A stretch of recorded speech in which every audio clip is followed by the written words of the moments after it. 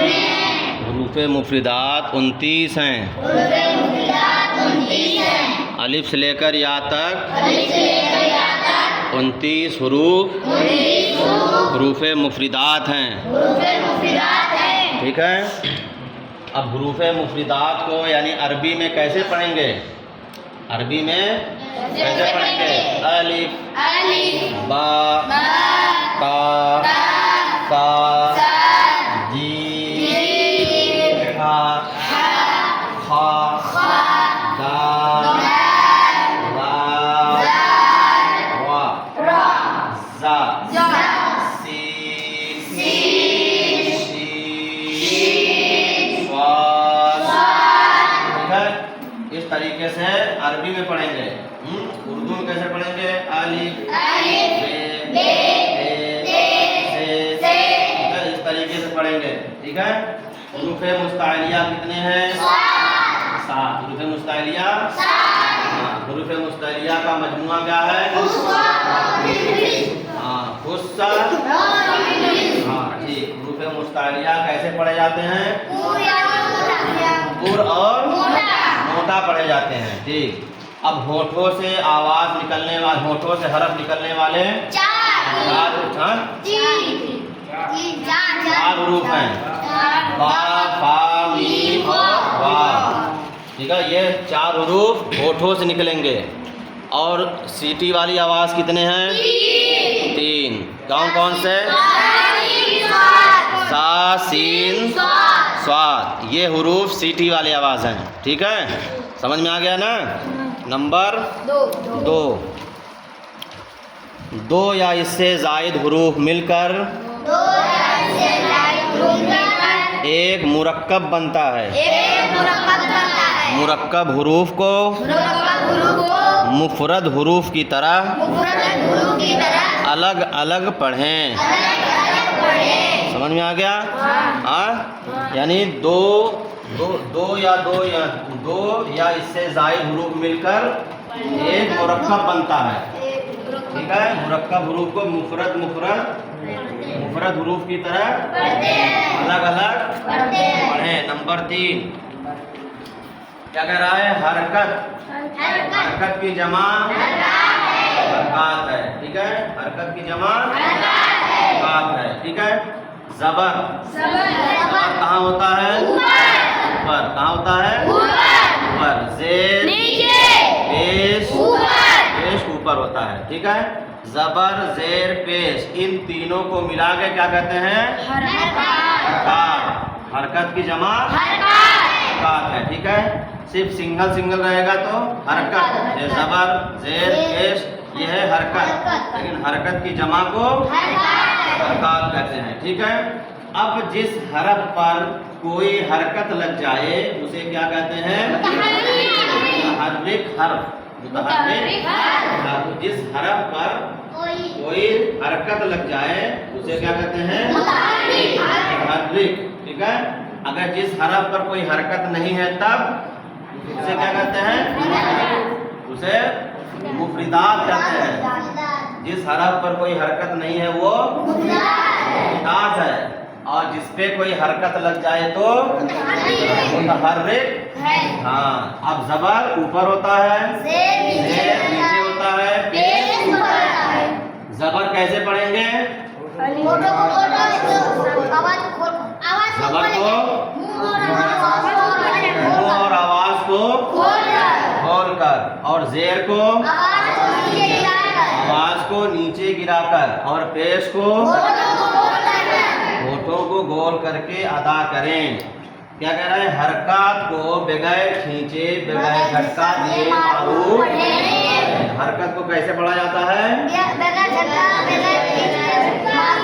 बगैर खींचे बगैर झटका दिए मारूफ पढ़ें। अच्छा। जिस अलिफ पर कोई हरकत हो उसे क्या कहते हैं? उसे हमजा कहते हैं। अगर सिंगल अलिफ है, ठीक है, उसे अलिफ पढ़ेंगे। लेकिन जिस अलिफ पर कोई हरकत लग जाए, ज़बर, ज़ेर, पेश को अगर कोई हरकत लग जाए उसे क्या कहेंगे? हमजा। और जिस हमजा पर जज़म लग जाए उसे क्या कहते हैं? साकिन। और जिस हमजा पे साकिन लग जाए उसे कैसे पढ़ेंगे? झटका देकर। उसे कैसे पढ़ेंगे? झटका देकर। अच्छा, अब देखें इल्म के 5 दर्जात हैं। इल्म के 5 दर्जात हैं। नंबर 1 खामोशी। नंबर 1 खामोशी। खामोशी। नंबर 2 तवज्जो से सुनना। नंबर 3 जो सुना उसे याद रखना। नंबर 4 जो सीखा उस पर अमल करना। और नंबर 5 उसे दूसरों तक पहुंचाना। ठीक है, इसलिए जो इल्म हासिल करो उसे दूसरे तक पहुंचाना। ठीक है, ये फ़राइज़ में से भी आता है। ये फ़राइज़ में से भी आता है। इल्म के जो फ़राइज़ हैं उसमें ये आता है कि जो हमने सीखा उसको दूसरे तक पहुंचाना। ठीक है, अब नंबर 5 को। नंबर 5 में क्या है? 2 ज़बर 2 ज़ेर 2 पेश को क्या कहते हैं? तनवीन कहते हैं। 2 ज़बर 2 ज़ेर 2 पेश को तनवीन कहते हैं। ठीक है, जिस हरफ पर तनवीन हो उसे मुनव्वन कहते हैं। ठीक है, तनवीन नून साकीन होता है। पढ़ो, तनवीन जो कलिमे के आखिर में आता है, इसलिए तनवीन की आवाज़ नून साकीन की तरह होती है। जैसे हमज़ा 2 ज़बर अन, हमज़ा नून ज़बर अन, हमज़ा 2 पेश उन, हमज़ा 2 ज़ेर इन। हाँ, तनवीन के हिज्जे इस तरह करें। हाँ, ठीक है, ज़बर की तनवीन के बाद कहीं अलिफ और कहीं या लिखा जाता है। हिज्जे करते वक्त उसका नाम न लें। ठीक है, हो गया, समझ में आ गया? अब नंबर 7 को। नंबर 7 में है इस अलामत को जज़म कहते हैं। जो ताल की तरह बना रहता है छोटा सा, उसे क्या कहते हैं? जज़म। तो जिस हरफ पर जज़म लग जाए उसे क्या कहते हैं? उसे साकीन कहते हैं। जिस हरफ पर कोई जज़म लग जाए उसे साकीन कहते हैं। हुरूफ़े मद कितने हैं? 3। हुरूफ़े मद कितने हैं? 3। अलिफ मद, या मद। अलिफ मद कब होगा? अच्छा, रुको, अब हम एक आदमी से पूछेंगे, वो खड़े होकर बताएगा। ठीक है, हाशिम खड़े हो जाओ। अब बताओ हुरूफ़े मद कितने हैं? 3। अलिफ मद कब होगा? अलिफ से पहले ज़बर है तो अलिफ मद। वाव मद कब होगा? वाव साकिन से पहले पेश हो तो वाव मद। वाव साकिन से पहले पेश हो तो वाव मद। या मद कब होगा? या साकिन से पहले ज़ेर हो तो या मद। या साकिन से पहले ज़ेर हो तो या मद होगा। अच्छा, अब ये बताओ हुरूफ़े मद कितने अलिफ खींच के पढ़े जाएंगे? हुरूफ़े मद अभी 2 अलिफ। हाँ, 2 अलिफ। ठीक है, एक अलिफ यानी 2 हरकत के बराबर खींच के पढ़ें। 2 हरकत के बराबर खींच कर पढ़ा जाएगा। ठीक है, बैठ जाओ। चलो, कहते हैं तनवीन नून साकिन को तनवीन कहते हैं। हाँ, तनवीन मुनव्वन को तनवीन कहते हैं। तनवीन 2 ज़बर 2 ज़ेर 2 पेश को तनवीन कहते हैं। हाँ, 2 ज़बर 2 ज़ेर 2 पेश को तनवीन कहते हैं। जिस हरफ पर तनवीन हो उसे क्या कहते हैं? मुनव्वन कहते हैं। ठीक है, समझ में आया? अच्छा, तनवीन को किस तरीके से पढ़ा जाएगा? तनवीन को इस तरीके से पढ़े, कलमे के आखिर में जो आए उसको नून साकिन करते हैं। नून साकिन कहते हैं, उसको तनवीन कहते हैं। पढ़ के बताओ हिज्जे करके। अलिफ हमज़ा नून ज़बर अन, और बा 2 ज़ेर बिन, ता 2 ज़ेर तिन। ऐसे ही तनवीन को पढ़ते हैं। तो बैठ जाओ।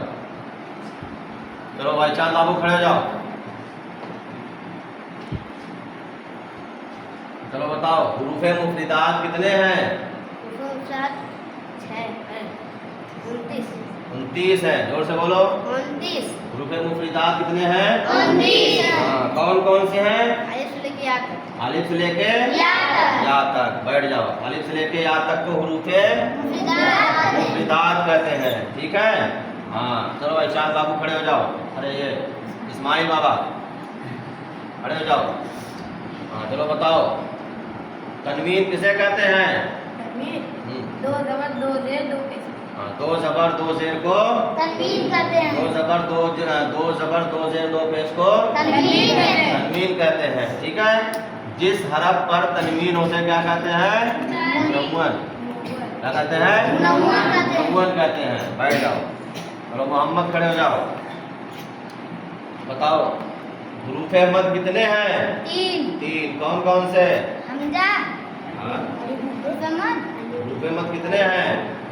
अलिफ मद वाव मद या मद। 3 कौन कौन से हैं? अलिफ मद हाँ, वाव मद या मद। अलिफ मद कब होगा? अलिफ से पहले जबर हो तो अलिफ मद। वाव मद कब होगा? वाव साकिन से पहले पेश हो तो वाव मद। हाँ, या सा और या मद कब होगा? या साकिन से पहले जेर हो तो या मद। हाँ, बैठ जाओ। बस हो।